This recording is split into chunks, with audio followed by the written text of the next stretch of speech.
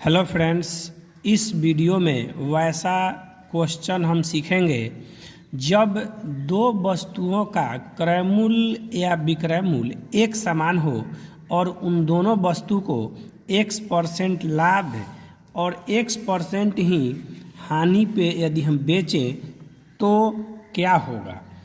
यह बहुत ही महत्वपूर्ण प्रश्न है। ऐसा प्रश्न हमेशा पूछा जाता है एग्जाम में। अब क्वेश्चन देखते हैं। दोस्तों, क्वेश्चन बनाने से पहले कुछ इम्पोर्टेंट बातें हैं, उसको जान लें। जैसे क्वेश्चन में यदि केवल विक्रय मूल्य दिया रहे तो हर हाल में उस क्वेश्चन में हानि होता है। जब दो वस्तुओं का विक्रय मूल्य दिया हो और एक को x% लाभ पे और एक को x% हानि पे यदि बेच दिया जाता है तो हर हाल में x²/100 यही सूत्र हुआ, हानि होता है। हर हाल में हानि होगा। यह ध्यान देना है क्वेश्चन में कि विक्रय मूल्य दिया हुआ है कि क्रय मूल्य दिया हुआ है। याद रहे, विक्रय मूल्य जब भी दिया रहे तो वहाँ पे सूत्र लगाएंगे x²/100 और ब्रैकेट के बाहर प्रतिशत होगा। अब दूसरा है, जब क्रय मूल्य दिया रहे तो दोस्तों, जब क्रय मूल्य दिया रहता है दो वस्तुओं का और एक वस्तु को x% लाभ या x% हानि पर यदि हम बेच देते हैं तो उस स्थिति में पूरे सौदा में ना कोई लाभ होता है ना कोई हानि होता है। यह दो बात हमेशा याद रखें। जब भी क्रय मूल्य दिया रहे दो वस्तु का और x% लाभ और x% ही हानि हो तो पूरे सौदा में ना कोई लाभ होता है ना कोई हानि होता है। अब क्वेश्चन नंबर फर्स्ट देखते हैं। कह रहा है कि एक व्यक्ति दो पुस्तक में से प्रत्येक 99 रुपये की दर से बेचता है। ध्यान देना है दोस्तों, यहाँ कह रहा है कि बेचता है 99 रुपये की दर से दो पुस्तक बेचता है। तो बेचने का मतलब यह विक्रय मूल्य दिया हुआ हो गया। आगे कह रहा है कि एक पर उसने 10% का लाभ और दूसरे पे 10% का हानि होती है। मतलब एक को बेचा 10% घाटा हुआ और एक को बेचा 10% लाभ पे। तो कह रहा है कि पूरे लेन देन में क्या होगा। तो दोस्तों, सबसे पहला शर्त था कि दिया हुआ क्या है। तो यहाँ क्वेश्चन में कह रहा है कि बेचता है, मतलब कि विक्रय मूल्य दिया हुआ है। तो जब विक्रय मूल्य दिया रहेगा तो इसका सूत्र होता है x²/100 और प्रतिशत और साथ ही क्या होता है, हानि होता है। तो यहाँ हमको 10 है x का मान, तो 10 का स्क्वायर/100 हो जाएगा और यहाँ प्रतिशत लगा रहेगा। तो 10 10 100/100 कट गया बराबर 1% हानि हुआ। यानी पूरे सौदा में 1% का हानि होगा।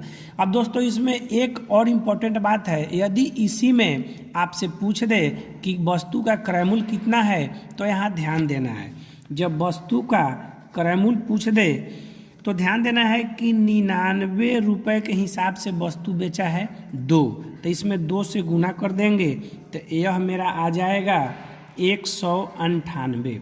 और दोस्तों, हमें 1% हानि हुआ है तो 1% हानि का भिन्न तैयार हो जाएगा कितना, तो 99/100। अब यहाँ देखेंगे कि भिन्न मेरा 99/100 हो गया। तो दोस्तों, 198 रुपये में हम बेचे थे और हमको 1% का घाटा लगा। कहने का मतलब कि खरीदारी जो किए होंगे 198 रुपये से ज़्यादा में, तो यहाँ पे हम ज़्यादा को ऊपर कर देंगे और कम को नीचा।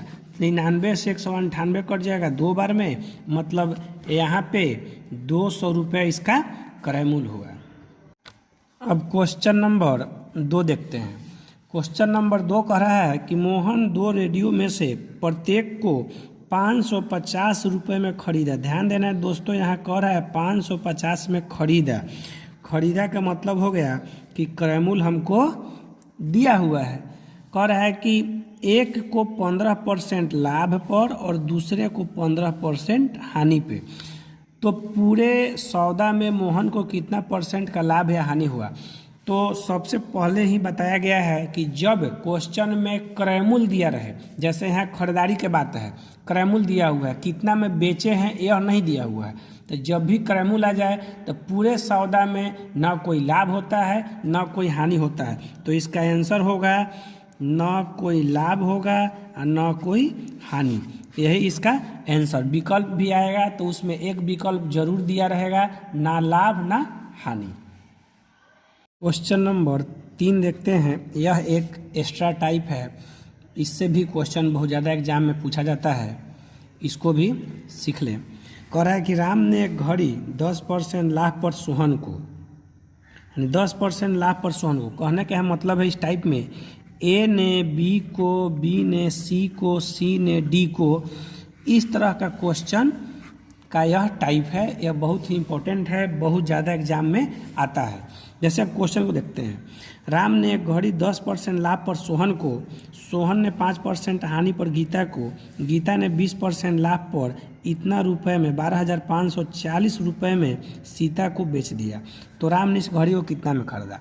जब भी इस तरह का क्वेश्चन हो, ए ने बी को, बी ने सी को, सी ने डी को, तब इसका बनाने का तरीका है कि जो राशि दिया रहता है वह बराबर के दाहिने तरफ होता है और जो राशि निकालना है उसको हम x मान लेते हैं। तो मान लेंगे कि राम कितना में खरीदा, तो राम जो है मान लेते हैं x रुपये में खरीदा।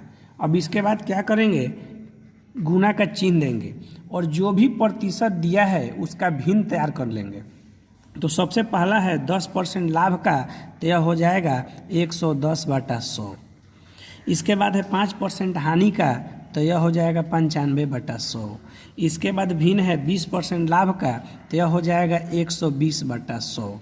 अब इसमें और कोई भिन्न प्रतिशत नहीं दिया है तो कोई भिन्न नहीं होगा। इसके बाद बच क्या गया रुपया, कितना दिया हुआ है, तो 12,540 रुपये। इसको बराबर के दाहिने तरफ लिख देते हैं। अब इसका हम कैलकुलेशन कर लेंगे। अब इसका हम कैलकुलेशन करते हैं तो 0 से 0 कट जाएगा, यह 0 से 0 कैंसिल हो जाएगा। यदि 5 से काटेंगे तो 20 बार में और इसको काटेंगे तो 19 बार में कट जाएगा। आगे इसमें कोई कटने वाला अंक नहीं है। यदि 12 से हम इसको काटें तो यह 1045 बार में कट जाता है। इसके बाद 19 से यदि हम इसको काटें तो यह 55 बार में कटेगा। फिर 11 से 55 जो है 5 बार में कटेगा। यहाँ पे बच गया x/20 × 100 बराबर में 5। यदि इसका हम कैलकुलेशन करें तो x बराबर 1 पे 4 0, यही आंसर हुआ। दोस्तों वीडियो को आखिरी तक देखें और इसके लास्ट में दिए हुए क्वेश्चन को एक बार बनाकर अभ्यास जरूर कर लें।